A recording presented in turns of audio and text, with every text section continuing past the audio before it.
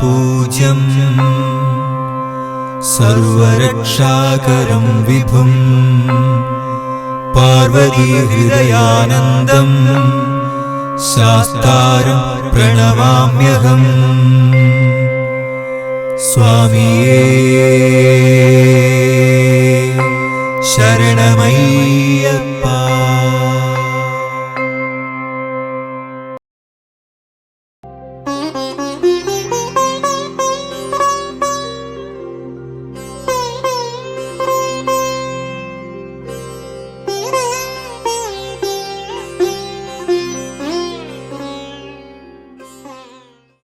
ബഹൻജി സ്വാഗതം.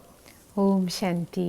പ്രഭാതം ഈശ്വര ധ്യാനത്തിന് ഏറ്റവും അനുയോജ്യമായ വേളയാണ് എന്ന് നമ്മുടെ പൂർവികർ നിശ്ചയിച്ചിട്ടുണ്ട്. അതെന്തുകൊണ്ടാണ്? പ്രഭാത സമയത്ത് നമ്മൾ പ്രകൃതിയെ നോക്കുകയാണെങ്കിൽ നമുക്ക് അതിൻ്റെ പ്രാധാന്യം മനസ്സിലാക്കാൻ കഴിയും. അതിരാവിലെ ഉണർന്നെഴുന്നേറ്റ്, പ്രത്യേകിച്ച് മണ്ഡലകാലത്ത് നിങ്ങളെല്ലാവരും രാവിലെ നേരത്തെ എഴുന്നേൽക്കുന്നുണ്ടാവും. ആ സമയത്ത് നമ്മൾ പ്രകൃതിയെ നിരീക്ഷിക്കുകയാണെങ്കിൽ പ്രകൃതിയുടെ യഥാർത്ഥ താളം നമുക്ക് മനസ്സിലാക്കാൻ പറ്റും.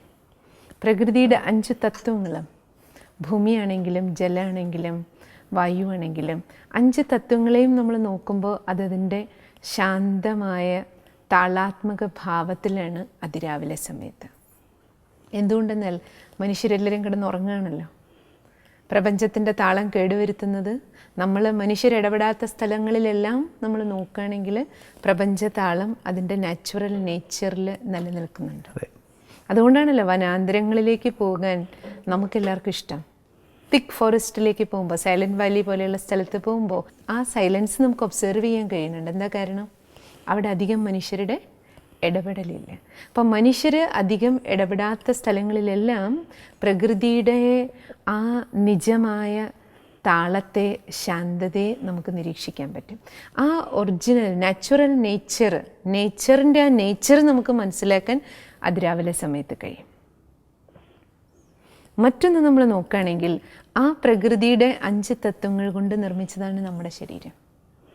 ഈ ശരീരം നമ്മൾ രാത്രി കിടന്ന് ഉറങ്ങി രാവിലെ ഉണർന്നെഴുന്നേൽക്കുന്ന സമയത്ത് തലേദിവസത്തെ നമ്മുടെ ക്ഷീണമെല്ലാം മാറി രാവിലെ എഴുന്നേൽക്കുമ്പോൾ പ്രകൃതിയുടെ പഞ്ചഭൂതം കൊണ്ട് നിർമ്മിച്ച ഈ ശരീരവും അതിൻ്റെ പ്രപഞ്ച താളത്തിനോടൊപ്പം, പ്രകൃതിയുടെ താളത്തിനോടൊപ്പം ഉന്മേഷവും ഉത്സാഹവും ഉള്ളതായിട്ട് ഈ ശരീരവും ആ താളാത്മക ഭാവത്തിൽ നിലനിൽക്കുന്നത് നമുക്ക് കാണാം. ഇനി ഈ ശരീരത്തിൻ്റെ ഉള്ളിൽ കുടികൊള്ളുന്ന ചൈതന്യം, നമ്മുടെ മനസ്സ് അല്ലെങ്കിൽ ആത്മാവ്, ആ ആത്മാവിനെ സംബന്ധിച്ചിടത്തോളം മനസ്സും വളരെ കാം ആൻഡ് ക്വയറ്റായിട്ടിരിക്കുന്ന സമയമാണ് രാവിലെ. കാരണം എന്താ? രാത്രി നമ്മൾ ഉറങ്ങുന്നതോടുകൂടി തലേ ദിവസത്തെ എല്ലാ കാര്യങ്ങളും വൈൻഡപ്പ് ആയിട്ടുണ്ടാവും. പിറ്റേ ദിവസത്തെ കാര്യങ്ങളിലേക്ക് നമ്മൾ ഇടപെടാൻ പോകുന്നതേ ഉള്ളൂ, അതിന് മുമ്പുള്ള സമയമാണ്. അപ്പോൾ മനസ്സെന്ന് പറയുന്നത് ശരിക്കും ഒരു പ്ലെയിൻ പേപ്പർ പോലെയാണ്. പ്ലെയിൻ പേപ്പറിൽ നമുക്ക് എന്ത് വേണമെങ്കിലും രേഖപ്പെടുത്താം. സാധാരണ മഷി ഒപ്പിയെടുക്കുന്ന പേപ്പർ കണ്ടിട്ടുണ്ടാവും സ്വാമി. അത് മഷി അങ്ങനെ വലിച്ചെടുക്കും. അതുപോലെയാണ് അതിരാവിലത്തെ സമയത്ത് നമ്മുടെ മനസ്സ്. എന്തിട്ട് കൊടുക്കണോ, എന്ത് കാണുന്നോ, കേൾക്കുന്നോ, പഠിക്കുന്നോ, ചിന്തിക്കുന്നോ, അതങ്ങനെ മനസ്സിൽ വലിച്ചെടുക്കാൻ, ഗ്രഹിക്കാനുള്ള ശക്തി അതിരാവിലെ സമയത്ത് കൂടുതലാണ്. അതുകൊണ്ടാണ് പ്രഭാതം രാവിലെ 2 മണിക്കും 5 മണിക്കും ഇടയിലുള്ള സമയത്തെ സരസ്വതീയാമെന്നാണ് പറയണത്. എല്ലാം പഠിക്കാനുള്ള, എല്ലാം ഗ്രാസ്പ് ചെയ്യാനുള്ള ആ സമയം, ഗ്രഹിക്കാനുള്ള ആ സമയത്ത് നമ്മുടെ ശക്തി, മനസ്സിൻ്റെ പവർ, തലച്ചോറിൻ്റെ പവർ വളരെ കൂടുതലായിരിക്കും. എന്തിട്ട് കൊടുക്കണോ അത് അതേപടി നമുക്ക് എടുക്കാൻ കഴിയും. അതുകൊണ്ടാണ് പ്രഭാത സമയം നമ്മുടെ പൂർവികർ നമ്മുടെ ഒരു പ്രഭാതം ആരംഭിക്കുക, ഒരു ദിവസം ആരംഭിക്കുകയാണ് പ്രഭാതത്തോടു കൂടി. അപ്പോൾ പ്രഭാതത്തിൽ നമുക്ക് ചെയ്യേണ്ട ആദ്യത്തെ കർമ്മം വന്ദനം. ആരെ വന്ദിക്കണം? ഈശ്വരനെ വന്ദിച്ചുകൊണ്ട് ആരംഭിക്കണം. അപ്പോൾ എന്തായി? ഒന്ന്, ഓൾറെഡി നമ്മുടെ മനസ്സ് തയ്യാറാണ് എല്ലാത്തിനെയും സ്വീകരിക്കാൻ. ആ സ്വീകരിക്കാൻ തയ്യാറായ പാത്രത്തിൽ ഏറ്റവും യോഗ്യമായത് ആദ്യം സ്വീകരിക്കുക. ഏറ്റവും അനുയോജ്യമായത് പരമാത്മശക്തിയാണ്. ഈശ്വരനിൽ നിന്നുള്ള ഗുണങ്ങൾ, ഈശ്വരിൽ നിന്നുള്ള വിവേകം, ഭഗവാന്റെ തേജസ്സിനെ, ചൈതന്യത്തെ നമുക്ക് നമ്മുടെ ഉള്ളിലേക്ക് നിറയ്ക്കാൻ പറ്റിയ, അത് അതേപടി ആസ് ഇറ്റ് ഈസ്, ഭഗവാൻ എന്താണോ എങ്ങനെയാണ് തത്വമസി, അത് അതേപോലെ നമുക്ക് നമ്മുടെ ഉള്ളിലേക്ക് ആർജിക്കാൻ പറ്റിയ വേളയാണ് അതായത് നമ്മുടെ കപ്പാസിറ്റി മാക്സിമം ആയിരിക്കുന്ന സമയത്ത് ഈശ്വരയിൽ നിന്ന് മാക്സിമം എടുക്കുക. യെസ്, പാത്രം യോഗ്യമായിരിക്കുന്ന സമയത്ത് നമുക്ക് പൂർണ്ണമായിട്ടും റീചാർജ് ആകും നമ്മുടെ ബാറ്ററി. അതുകൊണ്ട് മനസ്സാകുന്ന ബാറ്ററി. ഒരു സംശയം, ഞാൻ സ്കൂൾ വിട്ട് വരുമ്പോഴത്തേക്കും വൈകുന്നേരമാകും. അപ്പോൾ ഹോംവർക്ക് ചെയ്ത് പ്രൊജക്റ്റൊക്കെ കഴിഞ്ഞാൽ നേരം വൈകും. പിന്നെ കിടന്നുറങ്ങിയിട്ട് രാവിലെ എണീക്കാൻ പറ്റില്ല, നേരത്തെ എണീക്കാൻ പറ്റില്ല. അതിനെന്താ ഒരു പരിഹാരം? നമ്മൾ രാത്രി ചെയ്യാനുള്ള പ്രൊജക്റ്റ് രാത്രി 10 മണിക്കുള്ളിലെങ്കിലും നമ്മൾ ഉറങ്ങണം. 10 മണിക്കുള്ളിൽ ഉറങ്ങണം എന്നുണ്ടെങ്കിൽ നമ്മുടെ ഭക്ഷണം നേരത്തെ കഴിയണം. പഠിക്കാനുള്ള കാര്യങ്ങളെല്ലാം നമുക്ക് വൈൻഡ് അപ്പ് ചെയ്തിട്ട് 10 മണിക്ക് ഉറങ്ങിയിട്ട് രാവിലെ നമുക്ക് നേരത്തെ എഴുന്നേക്കാം. അപ്പോൾ 10 മണിക്കുള്ളിൽ ഉറങ്ങി രാവിലെ 4 മണി സമയമാകുമ്പോഴേക്കും നമുക്ക് 6 മണിക്കൂർ സുഖനിദ്ര കിട്ടും. ആ ഗാഠനിദ്രയിൽ നമ്മൾ റിഫ്രഷ് ആകും, നമ്മുടെ ക്ഷീണമെല്ലാം മാറും, ശരീരവും മനസ്സും തയ്യാറാകും.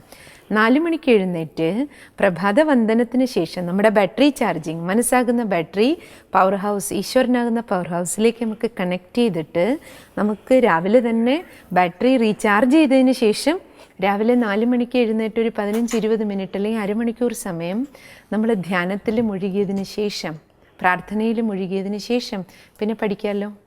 പിന്നെ നമുക്ക് എത്ര സമയം കിട്ടും? സ്കൂളിൽ പോകുന്നത് വരെ രാവിലെ 4, 4:30, 5 മണി മുതൽ സ്കൂളിലേക്ക് നമുക്ക് 8, 9 മണിക്കേ പോകണ്ടു. 3-4 മണിക്കൂർ നമ്മുടെ കയ്യിലുണ്ട്. ആ സമയം ഇത്രയും സർവ്വശ്രേഷ്ഠമാണ്. രാത്രി നമ്മൾ 10 മണി അല്ലെങ്കിൽ 12 മണി 1 മണി വരെ പഠിക്കുന്ന സമയത്ത് 4 മണിക്കൂറിൽ പഠിക്കേണ്ട കാര്യങ്ങൾ നമുക്ക് 2 മണിക്കൂറേ വേണ്ടു. അപ്പോൾ സമയം നമുക്ക് ലാഭമാകും, ഹെൽത്തിയുമായിരിക്കും. കാരണം ഏർലി ടു ബെഡ് എന്നാണ് പറയാം. നമ്മൾ നേരത്തെ ഉറങ്ങണം, ഏർലി ടു റൈസ്, രാവിലെ നേരത്തെ എഴുന്നേൽക്കണം. അപ്പോഴാണ് ശരീരവും മനസ്സും രണ്ടും ഹെൽത്തി ആയിരിക്കണം. സോ ഹെൽത്തി ലിവിങ്ങിനും ശരീരത്തിൻ്റെയും മനസ്സിൻ്റെ ആരോഗ്യത്തിനും നമുക്കതാണ് നല്ലത്. പഠിക്കാൻ ഏറ്റവും സർവ്വശ്രേഷ്ഠമായ സമയം രാത്രിയേക്കാൾ കൂടുതൽ നല്ലത് രാവിലെയാണ്. കാരണം കോൺസെൻട്രേഷൻ പവർ കൂടുതലായിരിക്കും. അങ്ങനെ ചെയ്തു നോക്കൂ ഇന്നു മുതൽ. എന്താ മനസ്സിലായോ സിസ്റ്റർ? പിന്നെ ഇതിൻ്റെ കണക്റ്റഡ് ആയിട്ട് തന്നെ പറയുകയാണെങ്കിൽ ശാസ്ത്രം പറയുന്നുണ്ട് നമ്മുടെ ഈ ദേഹത്തിലുള്ള ഗ്രന്ഥികളെല്ലാം അതിൻ്റെ പീക്ക് പെർഫോമൻസ് ടൈമാണ് ആ പ്രഭാതവേള എന്ന് പറയുന്നത്. അത് ശരിയാണോ? തീർച്ചയായിട്ടും. അതിലെ ഗവേഷണ പഠനങ്ങൾ പറയണേ രാവിലെ 4 മണി സമയത്ത് ആരാണോ ഉണർന്നിരിക്കുന്ന വ്യക്തികളിൽ, അതും ഉണർന്നിരുന്നുകൊണ്ട് ധ്യാനനിരതരായിരിക്കുന്നവർക്ക്, ധ്യാനത്തിൽ ഏർപ്പെട്ടിരിക്കുന്നവർക്ക് ശരീരത്തിലെ മുഴുവൻ ദിവസത്തെ നമ്മൾ ഉന്മേഷത്തിലും ഉത്സാഹത്തിലേക്ക് നമ്മളെ കൊണ്ടുപോകുന്ന ഗ്രന്ഥികൾ, ഏറ്റവും നല്ല ഹോർമോൺസ് പുറപ്പെടുവിക്കുന്ന സമയം, അതിൻ്റെ ഏറ്റവും ഉയർന്ന അളവിൽ പുറപ്പെടുവിക്കുന്ന സമയമാണ് രാവിലെ 4 മണി എന്നാണ് പറയുക. അത് ഉണർന്നിരിക്കുന്നവർക്ക് കൂടുതലായിരിക്കും. ഉണർന്നിരുന്നുകൊണ്ട് തന്നെ ധ്യാനത്തിൽ മുഴുകിയിരിക്കുന്നവർക്ക് ഏറ്റവും കൂടുതലായി. അതെ.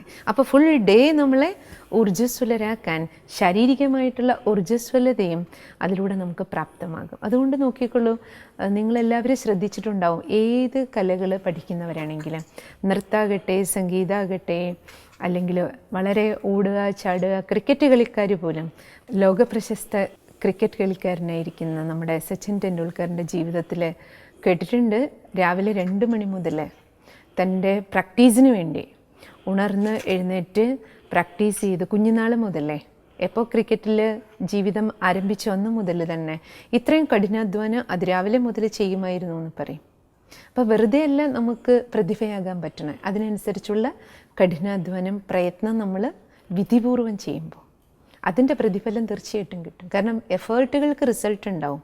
ആ എഫർട്ട് നമ്മൾ വിധിപൂർവ്വം ചെയ്യുമ്പോൾ അതിൻ്റെ റിസൾട്ട് വളരെയധികം കൂടുതലായിരിക്കും. അതുകൊണ്ട് നമ്മൾ ഓരോരുത്തരും നമ്മുടെ ജീവിതത്തിൽ രാവിലെ എഴുന്നേറ്റ് നമ്മൾ ബാക്കി എല്ലാ സാധനങ്ങളും, നമ്മളിപ്പോൾ പഠിച്ച കലകളിൽ പ്രാവീണ്യം നേടാൻ വേണ്ടി അത് അഭ്യസിക്കുന്നത് വേറെ വിഷയം. പക്ഷേ ആ അഭ്യാസത്തിന് മുൻപ് ഉണർന്ന് എഴുന്നേറ്റ് നമ്മൾ ആദ്യം ചെയ്യേണ്ട കർമ്മം, ഒരു വ്യക്തി കണ്ണ് തുറക്കുമ്പോൾ നമ്മൾ പറയില്ലേ കണി കാണണം എന്നാണ് പറയും. എല്ലാ വർഷവും വിഷുവിന് നമ്മൾ കണി കാണും. വിഷു ദിവസം ഒരു ദിവസം മാത്രമല്ലല്ലോ നമുക്ക് കണിയുടെ ആവശ്യം. വിഷു ദിവസം കണി കാണുമ്പോൾ നമ്മുടെ സങ്കല്പം എന്താണ്? കൊല്ലം മുഴുവനും നന്നായിരിക്കും. അപ്പോൾ വർഷം മുഴുവൻ നന്നായിരിക്കണം. അപ്പോൾ നമുക്ക് എല്ലാ ദിവസവും നന്നായിരിക്കണം. വർഷം നന്നായിരിക്കണം അർത്ഥം എന്താ?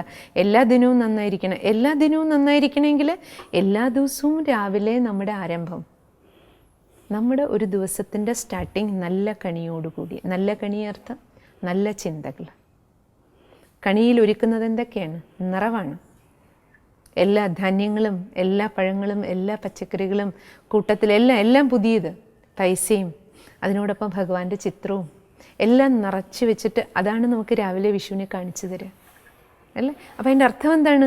സ്ഥൂലവും സൂക്ഷ്മവുമായ എല്ലാ നിറവും, സമൃദ്ധി, ഐശ്വര്യം, സുഖവും ശാന്തിയും സമൃദ്ധിയും നിറഞ്ഞ, സന്തോഷം നിറഞ്ഞ ഒരു ദിനം നമ്മുടെ ആരംഭിക്കാൻ. അതെല്ലാം കാണുമ്പോൾ നമ്മുടെ എല്ലാവരുടെയും മനസ്സിലെന്താവും?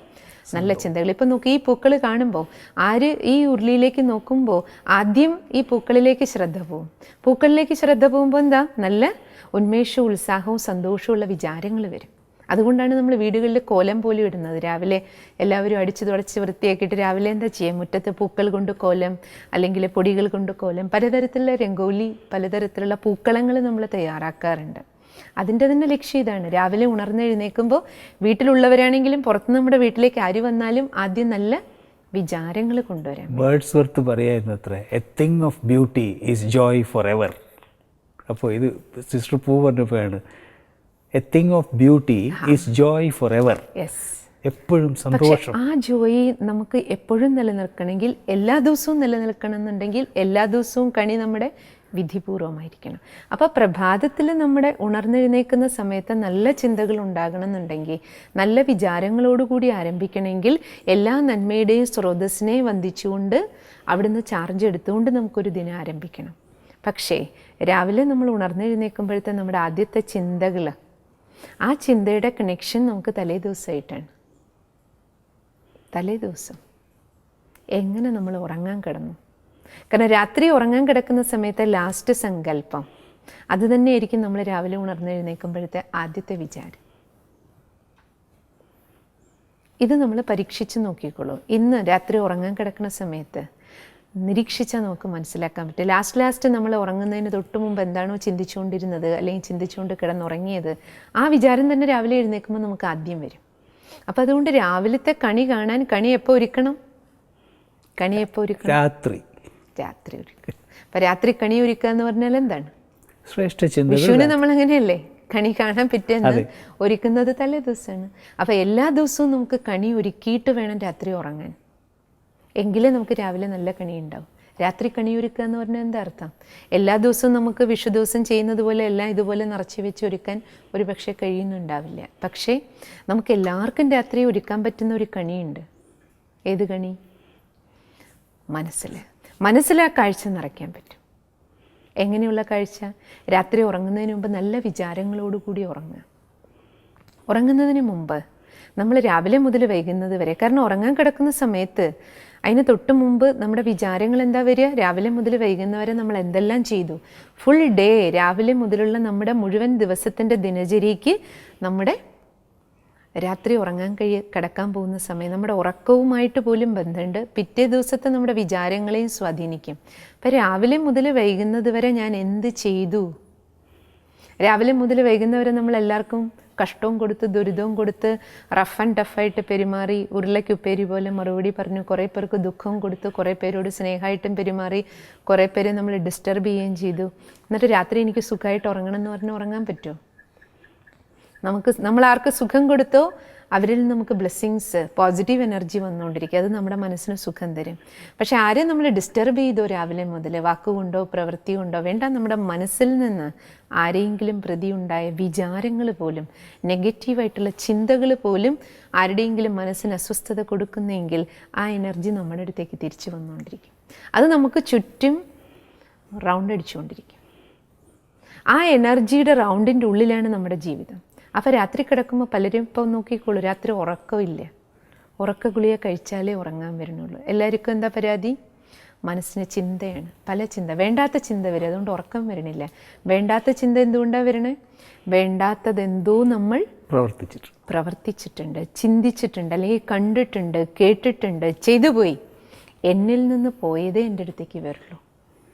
അപ്പോൾ അതുകൊണ്ട് രാത്രി നമുക്ക് സുഖമായിട്ട് ഉറങ്ങണമെങ്കിൽ എന്ത് ചെയ്യണം? മുഴുവൻ ദിവസം രാവിലെ മുതൽ നമ്മൾ വയ്ക്കുന്ന ഓരോ സ്റ്റെപ്പിലും നമുക്ക് ശ്രദ്ധ വേണം. വീട്ടിലുള്ളവരോട് എങ്ങനെയാണ് ഞാൻ പെരുമാറണേ? ഓഫീസിൽ പോകുമ്പോൾ ഞാൻ കൂടെയുള്ളവരോട് എങ്ങനെയാണ് പെരുമാറണേ? ബോസിസ സംസ്കാരമാണോ നമ്മൾ കാണിക്കുന്നത്? ഒരു മാനേജറായിട്ട് നമ്മൾ ഇരിക്കുകയാണ്, പക്ഷെ നമ്മൾ നമ്മുടെ കൂടെയുള്ള താഴെയുള്ള ഗേറ്റ് കീപ്പർ വരെയുള്ള വ്യക്തികളോട് നമ്മൾ എങ്ങനെ പെരുമാറും? ഇത് ഏറ്റവും ഇമ്പോർട്ടൻ്റ് ആയിട്ടുള്ള കാര്യമാണ്. അപ്പം അതുകൊണ്ട് ഇപ്രകാരം നമ്മൾ രാത്രി ഉറങ്ങണ സമയത്ത് നമുക്ക് പിന്നെ ചെയ്യാൻ പറ്റും. ഒന്ന് ഫുൾ ഡേ ദിനചര്യയിൽ നമുക്ക് അറ്റൻഷൻ വേണം. രണ്ടാമത് നമുക്ക് ചെയ്യേണ്ടത് എന്താണ്? കിടക്കുന്നതിന് മുമ്പ് ശരി, സംഭവിച്ചത് സംഭവിച്ചു, രാവിലെ മുതൽ വൈകുന്നവരെയുള്ള കാര്യം, ആ പ്ലസ്സും മൈനസും എന്ത് ചെയ്യുക? ഈശ്വരന് മുന്നിൽ തുറന്ന് പറയുക. തുറന്ന പുസ്തകം എന്ന് പറയില്ലേ, അതേപോലെ ഒന്നുകിൽ നമ്മളൊരു ഡയറി എടുത്ത് ചിലർക്ക് ഡയറി എഴുതുന്ന ശീലം ഉണ്ടാവും. പ്ലസ്സും മൈനസും എഴുതുക. Letter to God. ആർക്കൊക്കെ നമ്മൾ ലെറ്റർ എഴുതും? ആരോടെല്ലാം നമ്മൾ കമ്മ്യൂണിക്കേഷൻ ചെയ്യാറുണ്ട്? ഡെയിലി രാത്രി ഉറങ്ങുന്നതിന് മുമ്പുള്ള നമ്മുടെ ലാസ്റ്റ് കമ്മ്യൂണിക്കേഷൻ, ലാസ്റ്റ് ആശയവിനിമയം, ലാസ്റ്റ് ഫോൺ നമ്മൾ ആരോട് ചെയ്യുക? ഭഗവാനോട്. പ്ലസ്സും മൈനസും ഷെയർ ചെയ്യുക. പ്ലസ്സുകൾക്ക് നന്ദി പറയുക, എന്തൊക്കെ ചെയ്യാൻ പറ്റി, താങ്ക്സ് ഗോഡ്. ഈശ്വരനോട് നന്ദി പറയാം, ഇത്രയൊക്കെ ചെയ്യാൻ പറ്റിയല്ലോ എനിക്ക് ഇന്നത്തെ ദിവസം, നന്ദി. എന്തൊക്കെ അബദ്ധങ്ങൾ പറ്റി, മിസ്റ്റേക്കുകൾ പറ്റി, അതിനെല്ലാം മാപ്പ് പറയാം. മനസ്സാ മാപ്പ് ഈശ്വരനോടും പറയാം. നമ്മൾ നമ്മുടെ ഈ കർമ്മേന്ദ്രിയങ്ങൾ കൊണ്ട് തെറ്റ് ചെയ്തത് കാരണം നമ്മളോടും മാപ്പ് പറയാം.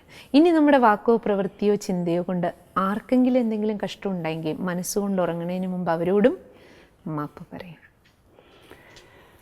ഇപ്പം ഈ പ്രഭാതവന്ദനം പോലെ തന്നെ സന്ധ്യാവന്ദനത്തിനും നമ്മൾ മുഖ്യത്വം കൊടുത്തിട്ടുണ്ട്. ഇപ്പം ഞങ്ങളൊക്കെ ചെറുതായിരിക്കുമ്പോൾ പുറത്തുപോയി വന്നാൽ സന്ധ്യാസമയത്ത് കാലും മോഹമൊക്കെ കഴിയുന്ന ആവശ്യമായും ചെല്ലണം എന്നൊക്കെ പറയും. അപ്പോൾ ഒരു ഈക്വൽ ഇമ്പോർട്ടൻസ് സന്ധ്യാവന്ദനത്തിന് നമ്മൾ കൊടുക്കുന്നുണ്ട്. മണ്ഡലകാലത്തും ഉണ്ടല്ലോ ഈ സന്ധ്യാവന്ദന ശരണം വിളിയുണ്ട്, കുളി എല്ലാം ഉണ്ട്.